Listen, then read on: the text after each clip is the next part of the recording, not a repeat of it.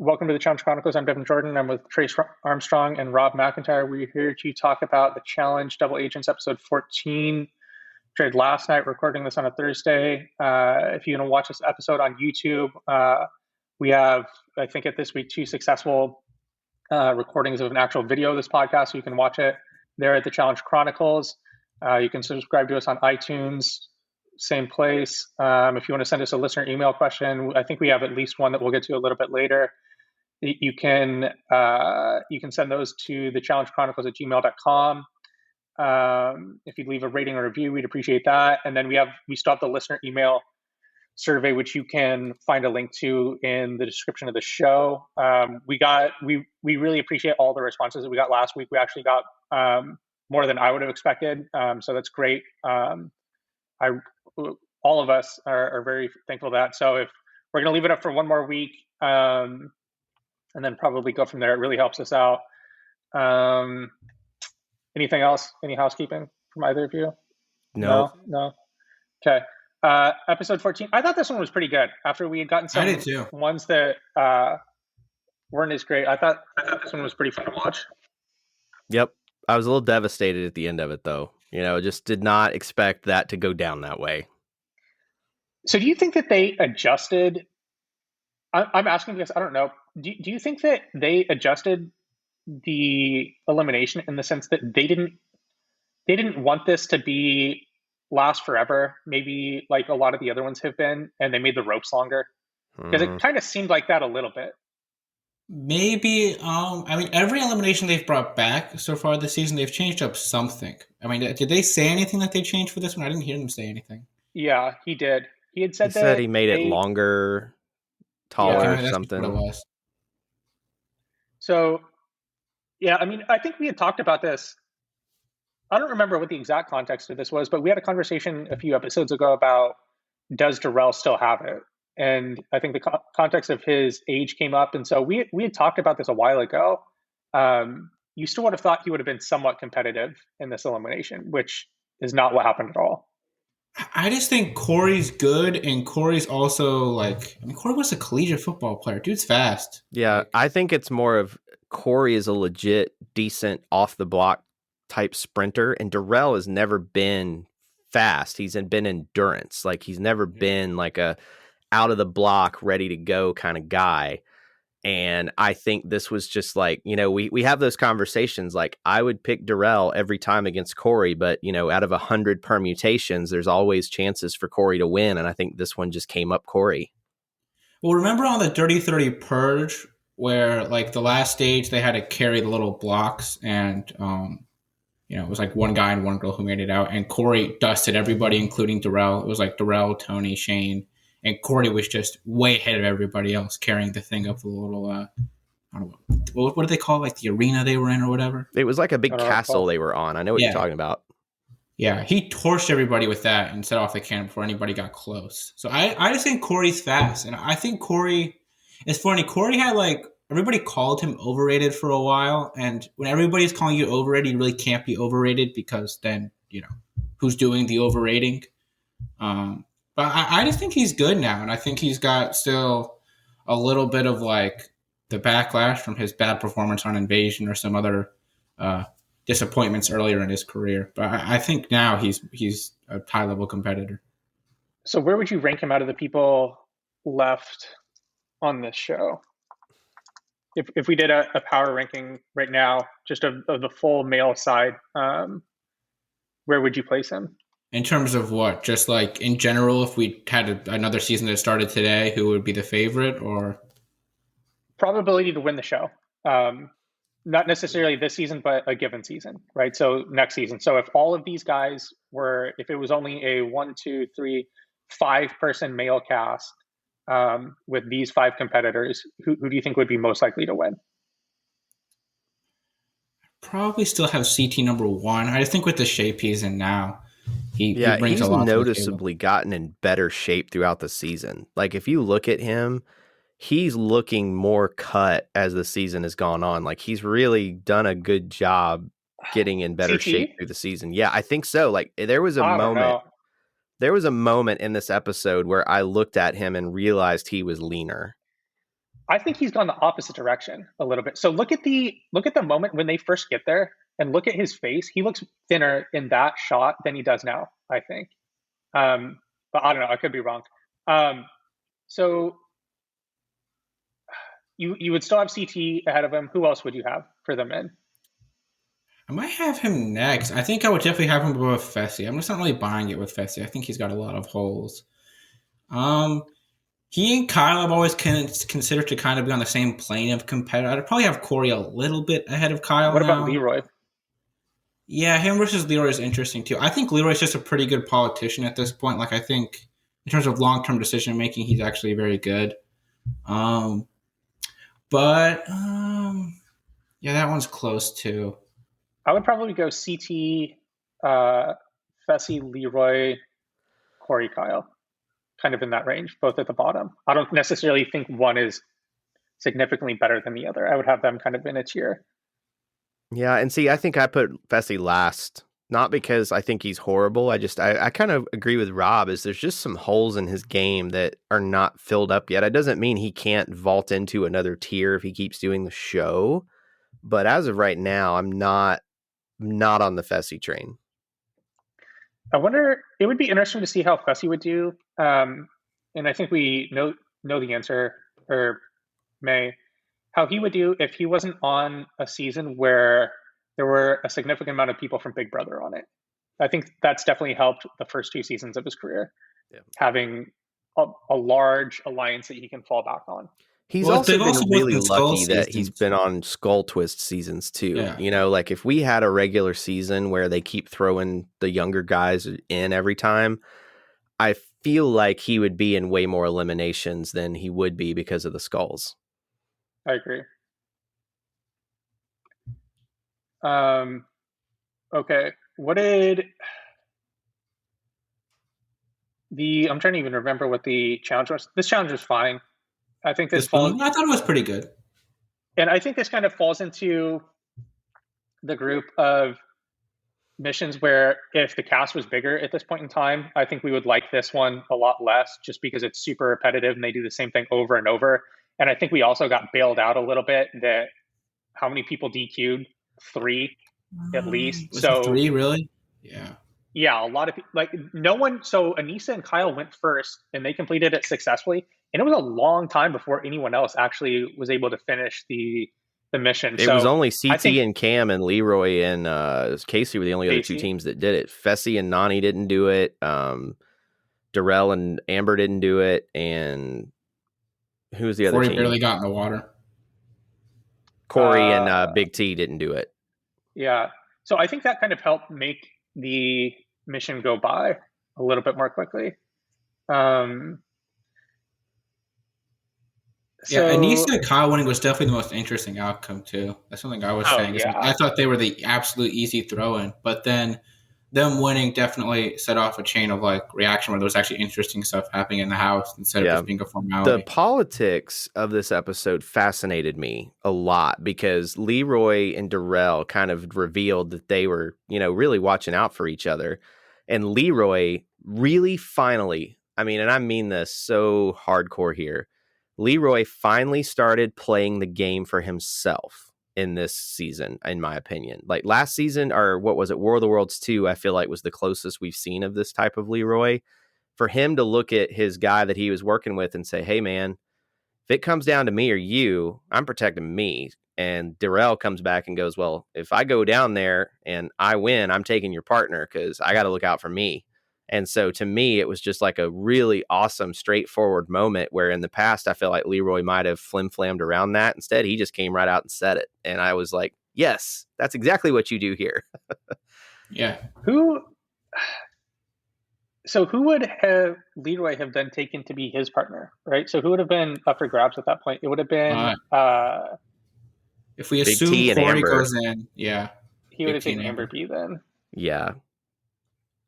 That's a pretty dick move to Big T then to make her the rogue agent again. She can't even go in. Like, I think he might take Big T because he knows if he takes her, she's going in the next week. Then if she goes in the next week, I don't think he cares. The way he's played the game this year is he cares about him. What I'm saying is, if Big T goes in again the next week, he's due for another partner again, anyways. Why? Because she's going in the next week. So she might have. I know she's going in the next week, but that doesn't necessarily mean that she'll be his partner. That's what I'm saying, but he'll get a different partner. It's basically, would you rather have Amber beat or would you rather have like a random spin of the wheel? I mean, I'd rather have realistically, Amber beat. though, it would probably be Kyle and Anissa going in if it wasn't. So it would be Big T versus Anissa.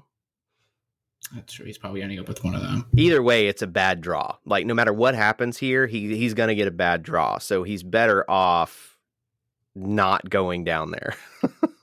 Yeah, I definitely the long term. I've really been impressed with him and Cam's long term like planning this season, and even in War of the Worlds 2 as well. They actually have.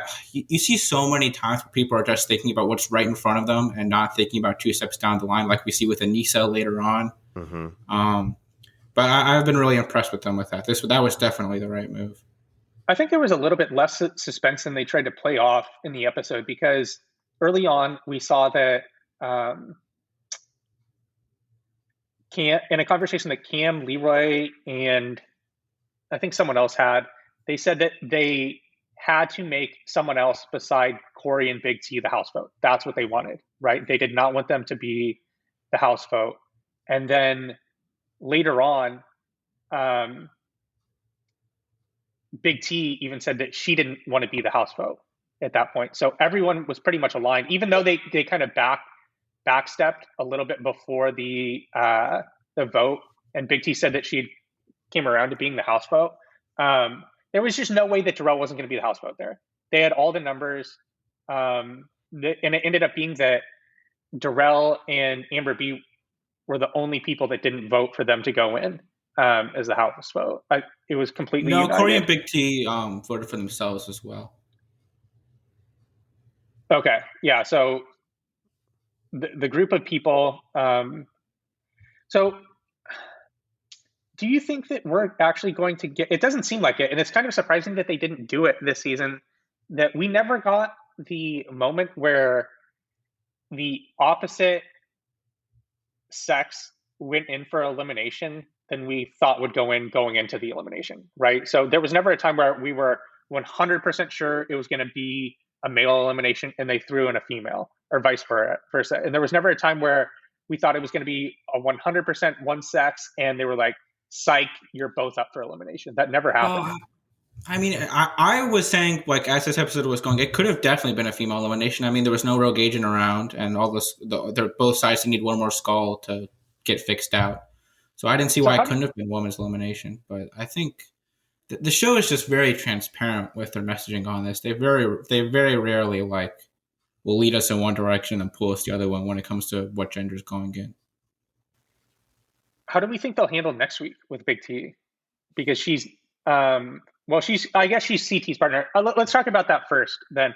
So I thought that was a pretty good moment when CT was reunited with Big T again. Mm-hmm.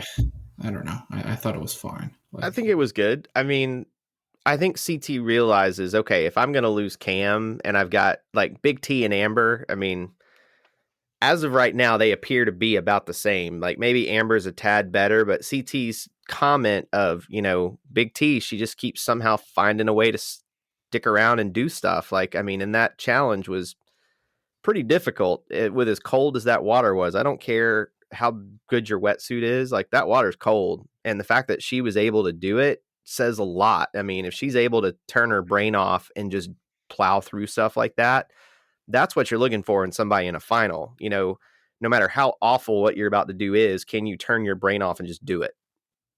So I think she's been pretty significantly better than Amber B so far. I think a big nail in we talked about this last week about there being some type of edgic for the challenge. And so if Cam were to win the season, right, there would be no reason why the editors, and they were doing some type of manipulation with the edgic where they give a higher level of viewability to the winner and edit them in a favorable light. There's no way that Survivor would include those confessionals of CT and CT's conversation with Nani, where Nani was talking, or where CT talked about how Cam was panicking in the in the mission and how he was second guessing on picking Cam as a partner. There's no way they would include that. Because they don't necessarily even need to include that into the episode. It's just not really necessary for that I to agree. be there. Well, my stance has never been that they edit them the same way, but I think they're definitely gonna I don't see Casey or Fessy winning just with a lot of it just because I just don't think they have a narrative. So I thought we were kind of agreement on this partway through the season, and I think last week you started to say something differently. So do you think that they give people a higher level of viewability and that they try and make them look more favorable, or do you think it's just a higher level of viewability and narrative? I wouldn't say favorable is the right word. I would say they try to present a satisfying outcome more than anything. Okay, so you do, and so do you think that they do that by just giving them a narrative, or do you think that they try and shape them in a way that makes them look good? I would say more a narrative than make them look good. Mm-hmm. And because I also think with the way the challenge is structured, you can't just you're going to make Hunter and Ashley look good when the story ends by actually stealing Hunter's money. I don't think that. And works. I know that's what I was trying to say last week. You know what I mean? I don't think that they try and do that. I think that there may be some circumstances where they give them a higher level of visibility, and I think even at that, I'm kind of skeptical. If we went back and just looked at total confessionals for the winners relative to the amount of episodes that they're on, I would be curious to see that. But I definitely do not think that they try and shape the narrative in a way that looks them better. I think I'm kind of on Trace's side with this. I think they just put the editors put out there kind of what they give them a lot more. Yep. Because I mean, you think about this, you talk about I think that Rob's kind of right there. They give you, or whoever said it, they go for just a satisfying ending, whether it's a good one or a bad one. You go back to the ruins and the winning team is Derek, Evan, Kenny, Johnny, and Susie. Other than Derek and Susie's debatable, but you can definitely make the argument that Kenny, Evan, and Johnny come off looking really bad as people in that season, just awful bullies. I feel it's just trying to do anything else with them. Well, that's the point. Yeah, that's what we're saying. Yeah. So it's okay, the narrative of the season really becomes these awful, bully, terrible people who are so focused on the game and they don't care about the destruction that's caused. Well, they won. So there's your satisfying ending. Is unfortunate. It's not a happy ending for a lot of people, but that's the story. I'd be curious if you went back and looked at how that season was received. Most people received them positively. That did happen. Wait, what? Say that again? Would you think most people were fans of Kenny, Evan, Johnny around that time period? Or I don't think so, dude. Not really. I think we'd have to go back and look at it. I would think that they probably were. Watching that live, no, I don't remember that at all. At least with the people that I was watching it with. Okay, I don't know. I think it depends on it's hard to gauge the social media reaction back then because the people online discussing the show was a lot smaller than it is now. And the general vibe that I got away from it is if you're a fan of Kenny and Evan and think they're funny, you absolutely loved the ending of that season. Yeah. If you're indifferent or you don't like them, you really hated how that ended. You were really trying, because I felt like even in the editing of the ruins, especially in those last couple episodes, they really played up the underdog angle of Kellyanne and who's the other person there? Sarah. They really, really tried to play that up. And the way they even edited the final, it was legit. But Kellyanne and Sarah were winning that final up until the balance beam, and Kellyanne went slower than molasses trying to get through that. Well, I think it also. You think people were rooting for Wes back then? No, not necessarily. I think a lot of this comes down to how do we define satisfying, right? So if we're defining satisfying as people are okay, I can see how they win. That makes sense how they won. Or are we defining satisfying as okay, I'm glad they won. I'm happy that person won. I think it's more the former than the latter. Mm-hmm. Completely. And I would agree with the former and not the latter. Sorry, say that again. Mm-hmm. I don't know if I necessarily disagree. I just think with the challenge, it's hard to have a consistent winners at it because different number of people win every season. There's different circumstances around how they win every season. Whereas with Survivor, Edge of Extinction doesn't have a winners edit, right? Because the guy's not on the season basically for the entire season. Yeah, I mean, there's exceptions for sure. I mean, but by and large, they try and paint it a specific way. And I mean, but they have this. The winner wins the same way every season, basically. what do you mean? Well, Like, it's a tribal one of council those two, vote. 4 people win. Like you're gonna, it's harder to like sort out a scientific winners at it when there's 4 people winning versus just one. Yeah, but that's extremely rare now. I mean, how Well, often have we 2 had win 4 basically people win every lately? season at least. Yeah, 2 or 1, right? And so that's a lot more doable. I think if they wanted to do it, they could definitely do it. I just don't. I don't think that they feel the need to do it, right? I think that they're more concerned with week to week, just giving you the best content. And I would almost kind of prefer that Survivor did it that way too, right? We get a more unfiltered view of what's actually going on in the show. So yeah. And I think there's evidence to support that that's exactly the way that the challenge does it. And let's look at last week's episode. They got nothing. And so rather than force another 90-minute episode, they said, you know what? We're just going to do a 60-minute episode this week because the story we have to tell is not compelling. So rather than try to force a 90-minute episode, let's do 60. And then this week they had enough stuff going on. They were able to make another 90-minute episode. So I think that's exactly the way they think. I don't think there's so much stuff people talk about that they leave on the cutting room floor that would seem a lot more entertaining than what we get. Well, I think there's also a disconnect between what they think. So I think there's stuff that they leave on the cutting floor that we think would be entertaining, but they don't necessarily think the audience as a whole would think would be entertaining, right? For so sure. I don't. We're definitely not the target audience for this. Like, we really love there- the shit show. And that's the type of stuff a lot of people argue should be in the regular show still, because back in the early challenges, they showed all the goofiness and the fun stuff. Yeah, well, that's what totally. the shit show is here for now. You know, like, they really want to drive the narrative of the competition and the politics and then show a little bit of fun, but let's not just show stuff for the sake of showing stuff. Yeah, so if you divide the show into random stuff that happens in the house, politics, drama that happens between the competitors, eliminations, and the challenge. I think the challenge would be by far like 5th on that list, and it like wouldn't even be close. The actual missions. For me, it just depends on what each one of those is. Like, I don't want to say definitively I prefer, like, there's one that I even value more than the other ones. It just depends on what the quality of that situation is. Like, there's plenty of drama that I just don't even need. I'm saying on average, I put that beneath everything else. Like, I just don't really like. I mean, that's the one part of the when we take notes for this stuff. That's the one part that like I mean, we covered the challenge for this week in what, like 15, 20 seconds. We barely even spoke about it. Yeah, there's just there very rarely is. I guess there's not many missions that would come out like, oh wow, I wish that was longer. Like, there's very rarely a mission that I'm like, they should have given more time to that one.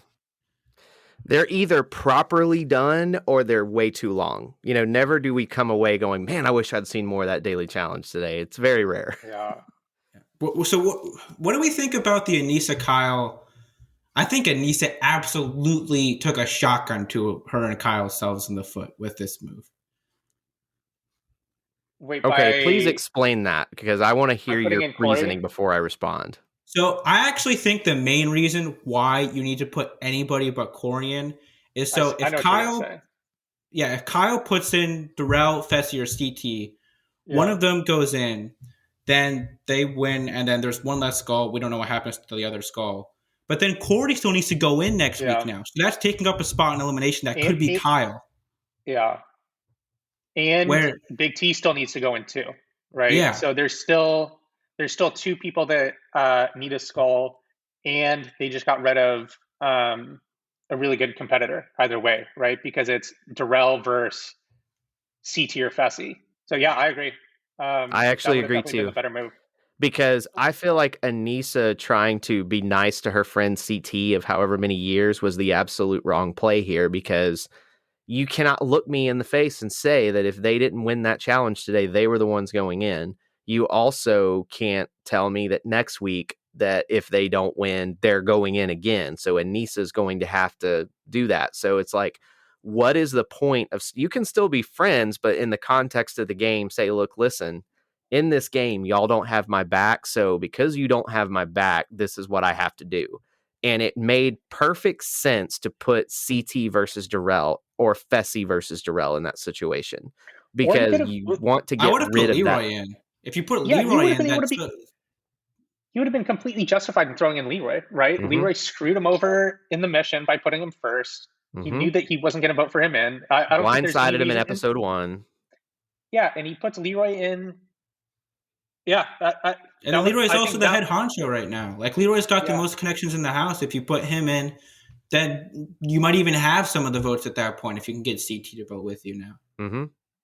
Because CT and Kyle were kind of working together up until a certain point. So it's like, maybe that does make sense. But I feel like putting Corey in was the wrong move, too. I really do. Absolute wrong move. There was one piece of the fallout, though, that really worked in his favor, in that Darrell goes home. So the guy with probably arguably the best endurance, he's won 4 finals. He's been there. He's done that. He's gone. But you get Corey, who's still a good competitor. But the other thing that he got was CT is now partnered with Big T again. So to me, and this is my opinion here for reals on this, I feel like this final is wide open right now. Like, it's wide open. And with Darrell out of the power rankings and the way the teams are reshuffled again, the power rankings are completely shuffling on my end too for this week, because I mean, it's anybody's final if the teams stay intact and they indeed run it as pairs. Well, it's just hard to say what the teams are going to even end up as now, because I really think they're going to cut down to 4 each, because TJ was saying nobody's in the final yet. Mm-hmm. So if they go down to 4 each, we're having another spin of the wheel on partners. Like, we just don't even know who's going to be partnered with who. Exactly. Didn't we assume that they were going to go down to 4? At least I kind of thought they would. I had always kind of thought they were going to go to 4. I feel like we have just made the assumption that traditionally they like to have, when they've done pair seasons, the original plan was always 4 pairs except for Rivals 1. When they did X's 1, they were originally supposed to have 4 teams, but the 2 DQs ruined that. So they didn't do 4 teams in the final. It dropped down to 3. The same thing happened in not X's. Maybe it was X's 2. Yeah, it was X's 2.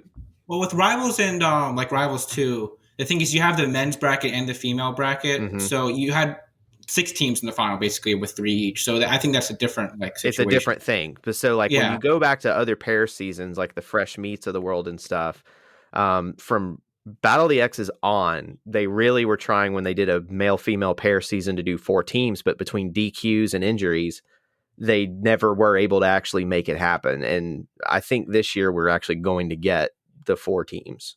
And from Vendetta's on, they've had basically 8 people in the final at least every single time. Mm-hmm. So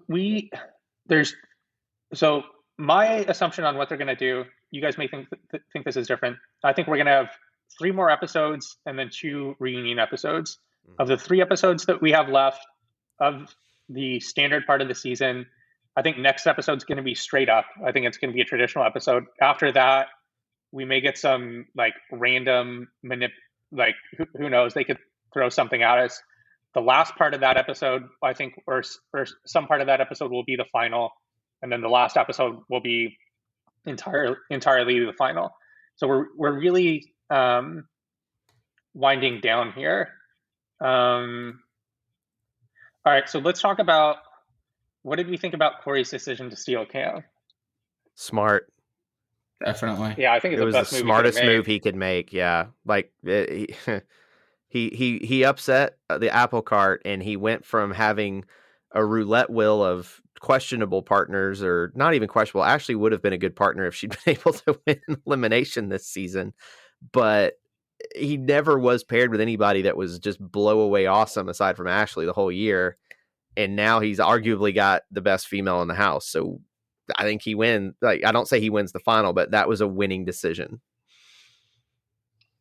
I definitely think it was the right move. It's just hard to say what's going to happen. Like we said, if there's 3 more eliminations, basically, I just have no clue who's going to end up partnered with who. You think there's going to be 3 more eliminations? Well, I think that there's going to be one more male elimination, 2 more female. You don't think so? I don't. I think we're going to get the 1 more female elimination, and then I feel like we're going to get a purge episode, and all the teams will have to compete in almost a mini final or a really weird situation, and they're going to drop the worst pair. Yeah, Or I they'll just don't do think we have enough. something like it's an individual challenge, and the way they finish is the way their pairs are for the final, something like that. They honestly might go into the final with 5 and purge people partway through, or they could do something like that before. I think we're going to get one more straight up elimination, and then they're going to do something where they send multiple people home. I think that's I probably could going to see be a what happens. double elim. I think like a double, like what they did last season with like a double elimination hall brawl. Like I definitely think that's in the cards. It's possible. Yeah, so I I am mean, very much in that opinion that I think that it's going to be only 4 teams in the final. I think from a narrative perspective, it's going to be easier to follow, but they don't always think that way when it comes to that. Because when there's too many people in the final, Rob's made that decision before. Like it's just too much going on when you're trying to follow too many strings in a final. It's hard.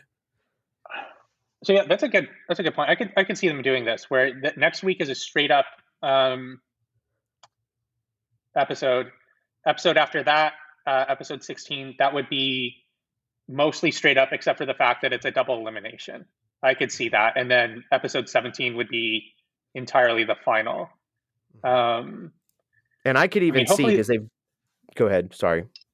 Hopefully, they have more content to show for the final this season than they did last season, because last season was a joke.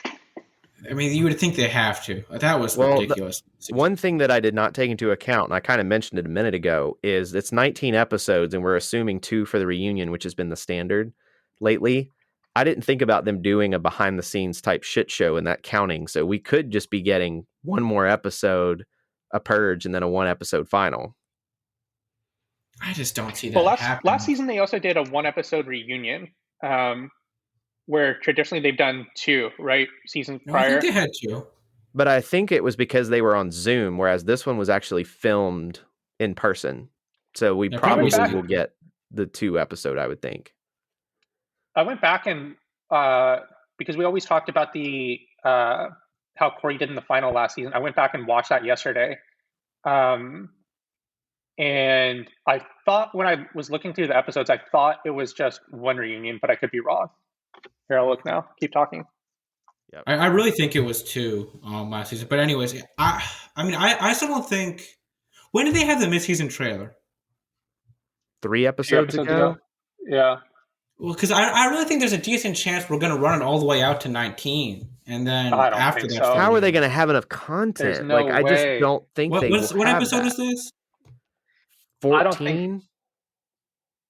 Dude, so they're going to go 15, 16, 17, 18, 19. There's going to be 5 more episodes? I don't see that happening. Okay, maybe dude. Like, I think there's still a lot of things on the table here, but I would be stunned if there's only 2 more episodes, essentially, or even no, I think there's going to be 3 more episodes. Yeah, I think 3 sounds right, but there was only one reunion last year. There was one 60-minute reunion. Okay.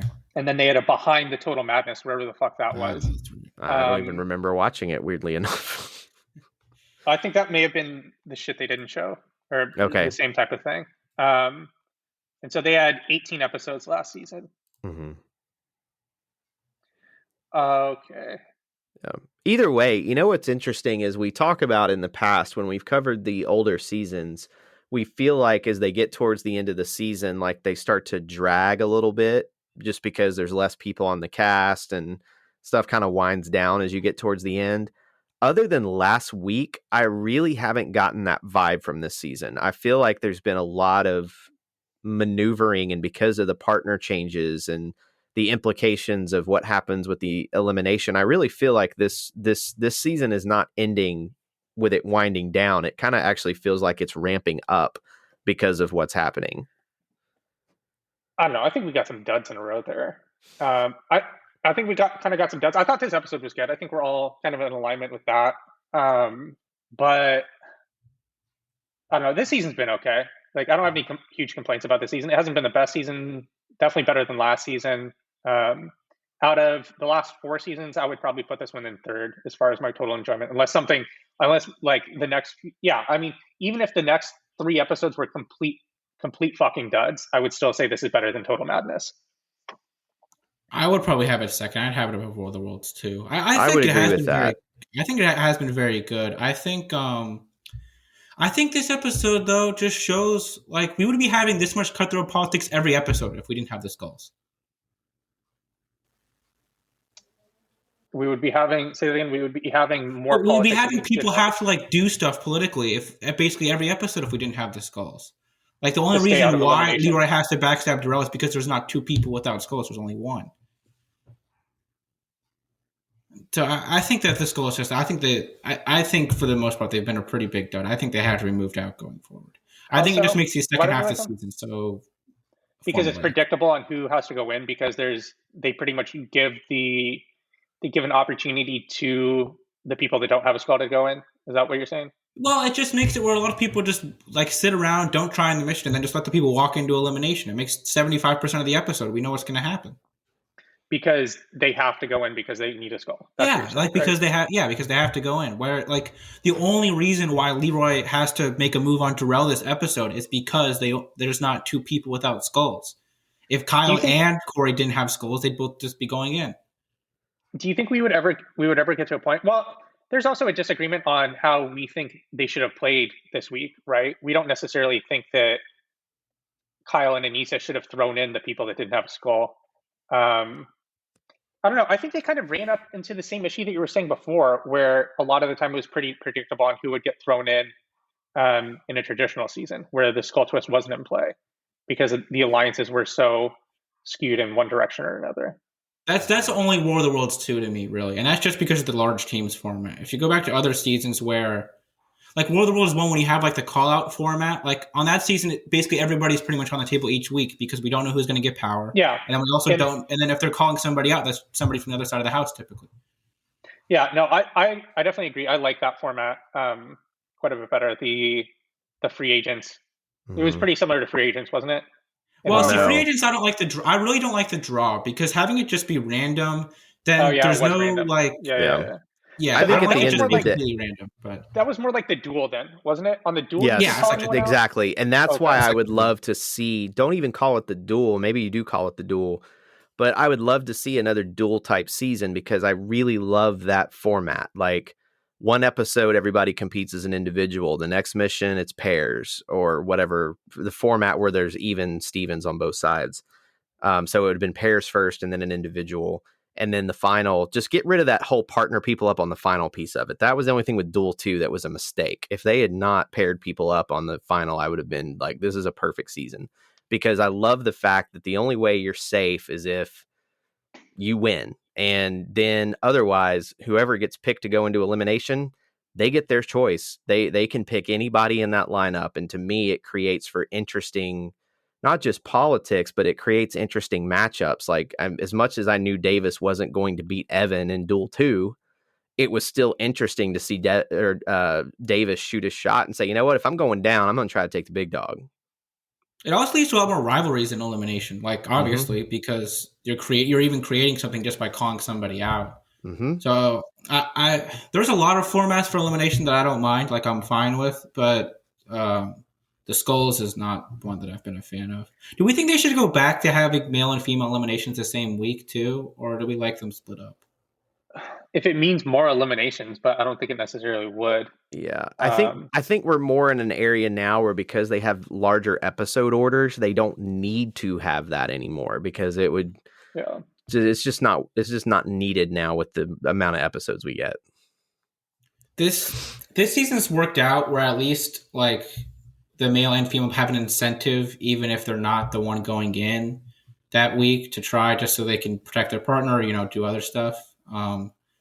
And we don't know necessarily who's going to go in. Whereas like last season or other seasons they've had it where they alternate. Sometimes the men or the women just don't need to try because like if it's the other elimination going in, the other side going in, who cares? Do we know if the rest of the episodes are going to be 90 minutes or will some of them be 60 we minutes? didn't even know last week's was going to be 60. We knew like the day before. That was the closest we got. Was the day before. Watching. I was 6 minutes in and looked at the episode. I was like, oh, it says it's only an hour. And then we got halfway through and I'm like, there's no way this is 90 minutes. Like this is like nothing happening. Yeah. We should probably head towards power rankings. All right. I have it up. Trace, go. All right. This is I cannot believe I'm doing this, but the way the partners stand now, I got Leroy 1, CT 2, Corey 3. And then female, I've got Casey 1, Cam 2, and Nani 3 at this point. Wait, who did you say? Say it again. Casey, Cam, Nani. Okay. And then overall, Leroy, CT, Casey.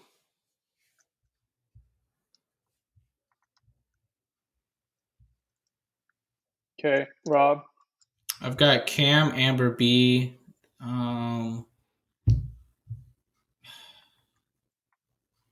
I'll go Big T at number 3 right now. Oh my God. And then I'll take the guy side. I think is really wide open too. I'll have CT still at 1. I'll go CT 1, Corey 2, Leroy 3. All right, sorry. Say that again. CT, Corey, Leroy. Is that what you said? Yeah, CT, Corey, Leroy, and then for the overall, I'll go Cam, CT, Amber, B. Cam, CT. Yeah, I feel like both of yours changed around quite a bit this week.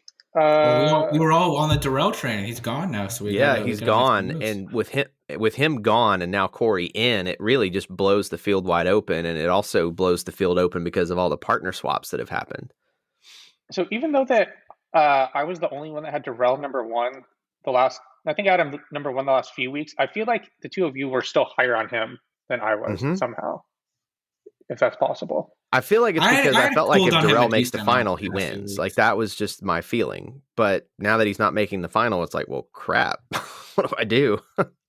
It's going to be really interesting to just see where, like, the roulette wheel of partners falls, because it's just going to be, like, what week they decide to go to the final, who's going to end up with who. And we also don't even know if it's going to stay partners in the final. Like, I think it is, but War of the Worlds 1... that's not what happened. And so it could really shuffle depending on how they run the final. But that wasn't like they did it like 2/3 of the way through the season though, when they split it up and had multiple missions. I mean, would it not surprise you that for them, they get to the final episode and go, okay, you thought you were running this as partners, but you were wrong. I totally could see that. I mean, I'm not saying it will. I'm just saying it is a possibility that I have to account for. It's on the table. I would still be surprised if they did it, but I think it's like a 15-20% chance that they'll pull a fast one like that. I'm going to go, for the men, I'm going to go Bessie, Leroy, CT. For the women, I'm going to go Casey, Cam, Amber, B. And then overall, I'm going to go...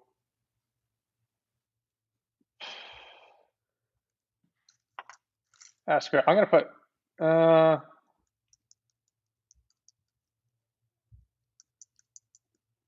wait, I said Bessie. No, I said Bessie, CT, Leroy. That's what I'm going to go with. And then overall, Casey, Cam, and then Bessie. And then, actually, I am going to put Leroy ahead of CT. I feel much more strongly about the woman's side than I do the men's side. Like, I feel pretty confident. When do you have Bessie at number 1? I'd have him last. I think you have to have Kyle last right now because Anissa is currently his partner. So the thing with him is, though, like, he's going to be in the final. No one's going to want to go back in against him in elimination. I think he's like, it's very unlikely that he's going to put back in, especially with his alliances in the house. That's such a small thing at this point. I mean, when we have 5 go, if we assume it's 4 going in, there's only one more guy who's going to go. Yeah, but I mean, could you see Leroy or CT getting bounced right now? Especially CT. I really think it's going to end up being Kyle or Corey. I have a hard time seeing Leroy or CT getting eliminated too. Yeah, I think he's drawing pretty much dead. Like, I would be very surprised if he's able to win. And very, very surprised. That's why I said that. Like, I don't really feel strongly about the men's side. I would have him last by a long margin. All right, let's bet on this then. So you think he's going to be last out of those guys? I'm ready to go on this. I think he's going to. Look, I don't know if he ends up with Cam, then I think it's like I don't know, but I think who Fessy? Yeah. Look, we need to. So I think that really points us into the direction of we need to figure out a Casey Cam bet, because you still yet to have her ranked at all. So I feel like I shouldn't even need to give you odds here. If you don't even have her in your top 3 at this point. Well, no, the odds were Amber B versus Casey. I've had Casey like around. Oh, I thought this was Casey versus Cam. I don't remember it being. Well, I wanted to do both. I don't remember that at all. I remember Casey Cam. I mean, I feel really confident. Well, I think they're in the same type of tier, but if you don't even have her in your top, would you have her 4th or would you have Casey dead last? I just have a really difficult time. I could really. The Why? thing is, I guess I shouldn't be that confident in a placing bet. I just have a really hard time seeing her winning. I could see her not doing badly. So how you feel about Casey is how I feel about Corey. That's exactly how I feel about Corey. Because I went back and watched the like pieces of the Total Madness final last week, and it's not what. So in the first leg, he beat Johnny and Fessy by like a football field and a half. Like he did not like blow them out in the first leg. Well, you could like when he finishes, you can see Johnny and Fessy behind him and Jenny. They're like right there. And then for the second leg, the next day, he did what everyone would assumed he would have done. He got smoked on like something that requires some brain cells. You know what I mean? He got crushed on a math problem. So I don't know. Like, I think he has that big Achilles heel when it comes to like puzzles and math. And then I don't think he's. How did Fessy do on that? On the math thing? Yeah, he was one of the. He finished ahead of. He finished ahead of Corey. Corey going into that had the biggest lead, right? So he was first, and then coming out of that, he was 4th. So he finished behind all the rest of the guys. How does Bessie finish so far behind him then? I think a lot of them just gave up, like once they saw Johnny was going on. So I think we have to like kind of hold that with a grain of salt. I don't know. The second day of that final sucks so much. Yeah, was that the day too where they had the part that we didn't see with the slingshot that they didn't put on the show? Well, they had one part. I think the slingshot was actually from the first day we didn't see. I think the second day we probably didn't see was like some dagger throwing thing. I want to say, I don't know.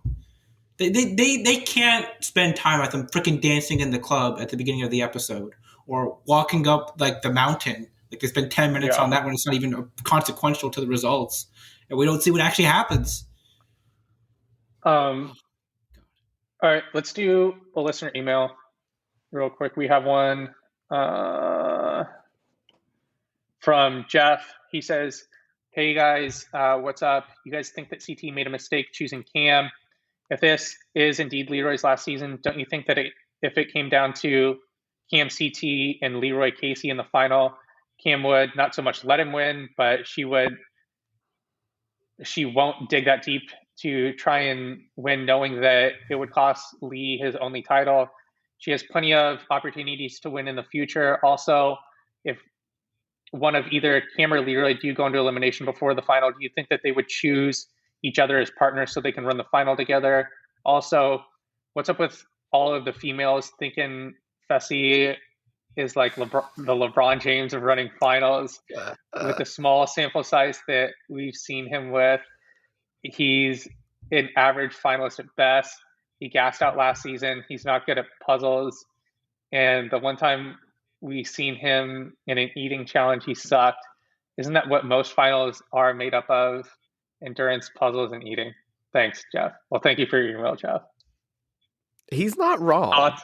We kind of had this discussion. Somebody else is backing me then on this. That he's Fessy's odds, whatever they are in the final.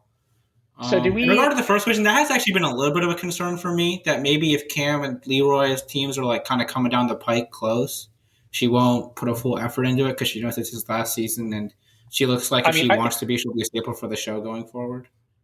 I mean, I think if it comes down to her versus Leroy, like winning the final, I think she's still fucking like giving it all. I don't think she's gonna pull up in the final just to let him win. So is Bessie bad at puzzles? I don't remember that being the case.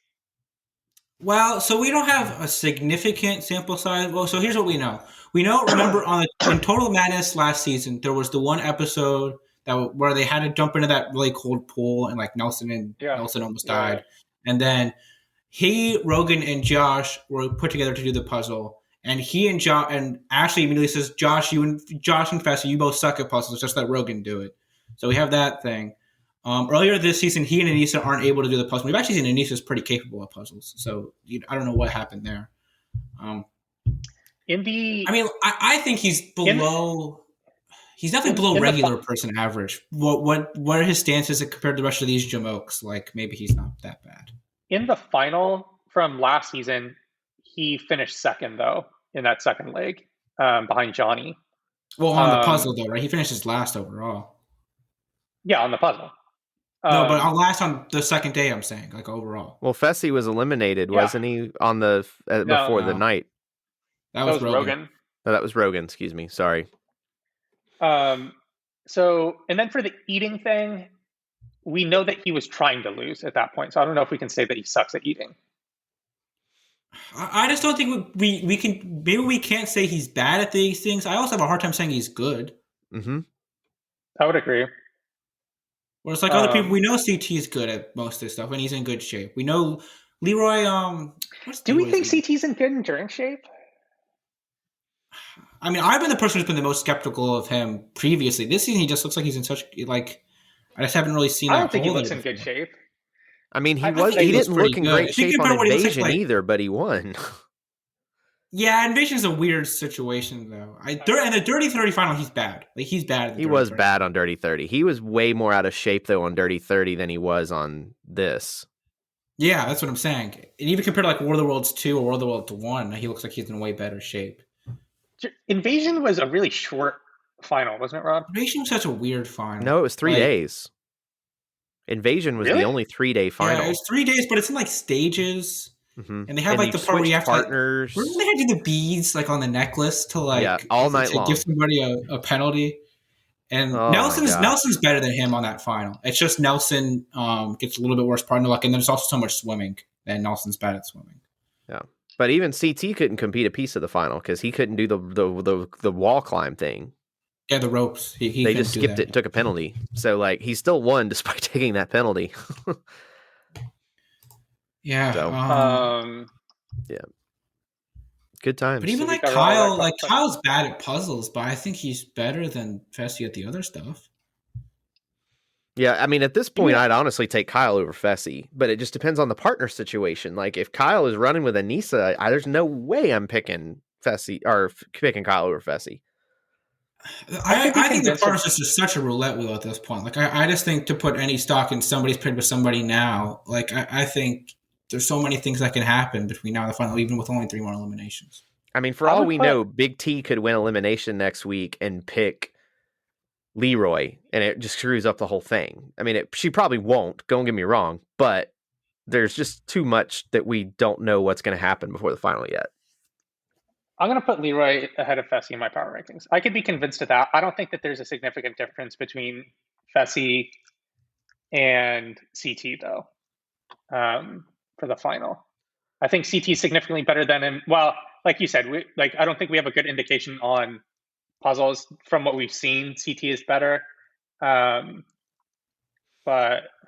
he also has Big T as a partner, potentially. Well, and like we said, we have no idea what the partners are going to be. And we've seen in regard to the Cam Leroy question, Cam and Leroy this episode said he'd stick with Casey. Maybe that was just buttering up Casey. They haven't given any indication really they want to run the final together, so I don't think that happens. And like I don't think Cam. Look, I think Cam is just the type of competitor where she's gonna keep going in a final. Like I have a hard time seeing her cut the cord too much. We've seen the opposite, that they don't want to be partners, and at that point it spreads out their odds that at least one of them will win some money. Yes, right? That's really what it comes down to, is like if you are living or living together or involved outside of the show together, you want to be on separate partners because you're spreading out the chance you're going to split $500,000. And like we've seen the precedents, there's obviously so many people who have cut deals on the show. Like people in general, when they're in this situation, try to spread their chances of getting the wealth versus, you know, locking up as much of it as they can. Yeah. Like it wouldn't shock me if there was a situation where, you know, let's say somehow CT winds up back with Cam and Leroy and Casey and them. It wouldn't shock me if they all said, hey, let's just split this 4 ways and may the best person win here. Yeah. All right, cool. Well, thank you for sending in that message. If anyone else wants to send in a listener email message, you can send it to thechronicles@gmail.com. Sorry for cutting this one a little bit shorter than we normally do. We're up against a little bit of a time crunch this week. We're still doing an hour on a 90-minute episode. Less than 90-minute episode. This will be our shortest podcast. Last week we did 90 minutes on an hour-long episode. Like that's so. Leave a rating review, please. If you could leave the, if you could respond to the listener email survey, which is in the description below, that would also be much appreciated. And we'll talk to you again next week. Thanks. Bye.